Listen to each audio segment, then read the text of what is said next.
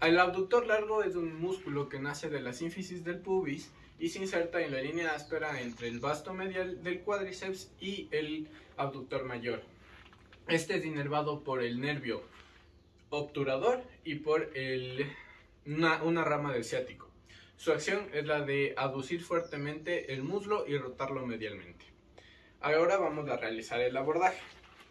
Para eso le pedimos al paciente que doble su pierna en una flexión de 45 grados y que abduzca. Nosotros le pedimos permiso al paciente, le ponemos una resistencia en la pierna y le pedimos que realice este movimiento.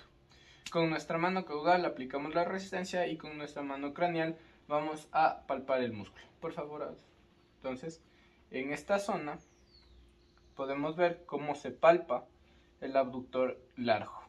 Gracias. Abordaje del glúteo medio.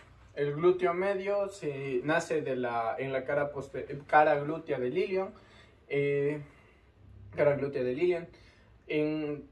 por encima de la línea glútea posterior y por debajo de la línea glútea anterior. Se inserta en el trocánter, en el lado lateral del trocánter del fémur. Se es inervado por el nervio glúteo superior y su acción es la de aducción, estabilización de la cadera, rotación medial y lateral, interna y externa del muslo. Para el abordaje de este músculo le pedimos al paciente que se ponga en decúbito lateral. Una vez en esto, nosotros con nuestra mano caudal vamos a aplicar una resistencia en su pierna, en su tobillo, y le pediremos al paciente que realice este movimiento mientras nosotros aplicamos una resistencia. Para el identificar este músculo nos ubicamos con la cresta ilíaca anterior y el glúteo mayor, entre el tensor de la fascia lata y el glúteo mayor. En este espacio encontraremos al glúteo medio. Por favor, realiza el movimiento, pero nosotros aplicamos la presión. Dale, así. Y sentimos cómo trabaja el glúteo. El músculo transverso del abdomen nace del labio interno de la cresta ilíaca, el tercio del ligamento anterior y en el borde interno de las 6 costillas inferiores. Se inserta en la línea alba, en el pubis, y forma parte posterior del recto, de la vaina del recto. Es inervado por los 6 últimos nervios torácicos y el primer lumbar, además del ilio hipogástrico e ilio inguinales. Su acción es la de comprimir las vísceras y tensar la pared abdominal. Para el abordaje de esto, le pediremos al paciente permiso para manipular su cuerpo y nos ubicamos en la cresta ilíaca, 2 dedos hacia medial y 2 dedos hacia inferior, y le pedimos al paciente que lleve su pupo hacia las costillas, hacia las vértebras. Aquí sentimos la contracción del transverso del abdomen. Gracias. Músculo dorsal ancho. El músculo dorsal ancho nace de las apófisis espinosas T7 a T12, L1, L5, sacro. También en el tercio posterior de la cresta ilíaca, costillas 9 a la 12 y la porción inferior de la escápula. Se inserta en el surco intertubercular del húmero y es inervado por el nervio toracolumbar. Su acción es la de extender, aducir, rotar medialmente la articulación del hombro y también ayuda a la flexión ipsilateral de la columna.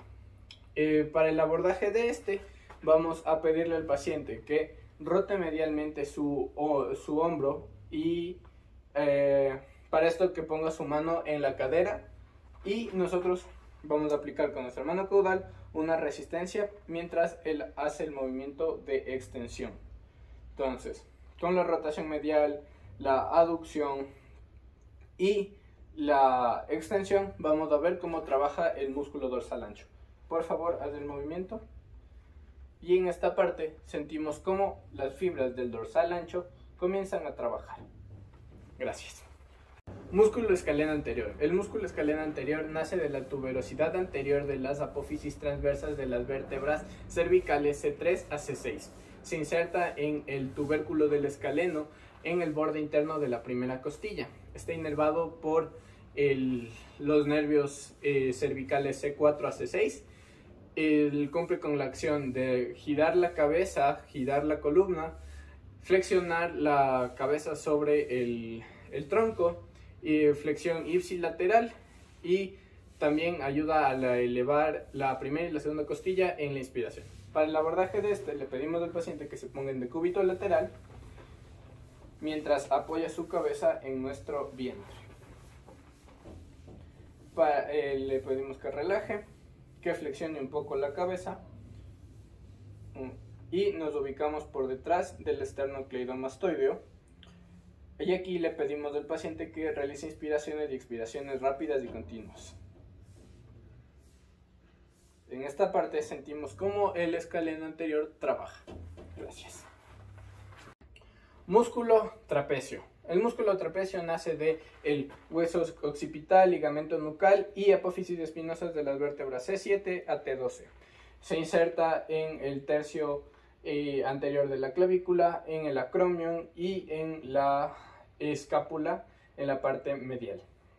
Es inervado por el plexo cervical y el nervio accesorio.